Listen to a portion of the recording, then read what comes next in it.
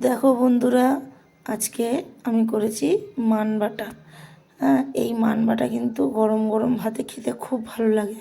মান বাটাটা কিন্তু কাঁচা, ঠিক আছে? এটা কিন্তু কড়াইয়ে নাড়া হবে না কোনো রকমই। তো চলো দেখিয়ে দিই আজকে মান কচু বাটা কীভাবে করে।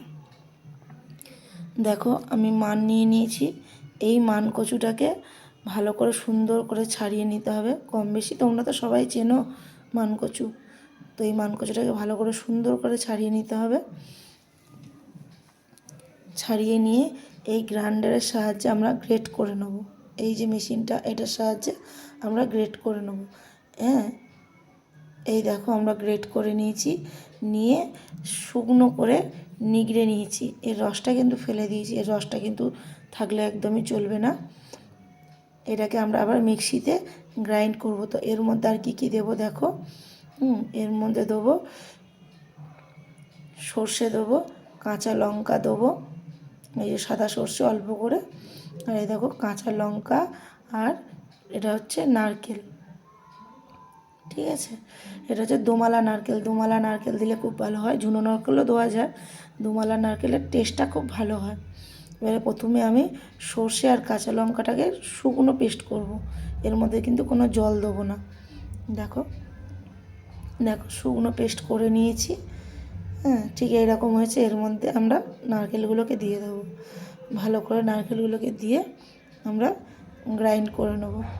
ঠিক আছে, দেখো আমাদের গ্রাইন্ড করা হয়ে গেছে কাঁচা লঙ্কা, সর্ষে আর নারকেল। আর এর মধ্যে এবারে অল্প করে করে ওই মান কুড়ানোটা দিয়ে দেবো। এই যে এরকম অল্প করে করে দিয়ে মান কুড়ানোটা দিয়ে দেবো। অল্প করে না দিলে ভালোভাবে হবে না। দেখো আমাদের বাটাটা হয়ে গেছে। এবার এর মধ্যে আমরা মিশিয়ে নেব হচ্ছে কাঁচা সর্ষের তেল আর নুন। স্বাদ মতো নুন দিতে হবে। এই যে নুনটা দিয়ে দিলাম। এবারে দেবো এর মধ্যে সর্ষের তেল। সর্ষের তেলটা কিন্তু একটু বেশি পরিমাণে দিতে হবে, নাহলে কিন্তু ভালো লাগবে না। সর্ষের তেলেতে খুব সুন্দর লাগে। দেখো এটাকে ভালো করে মিশিয়ে নিতে হবে।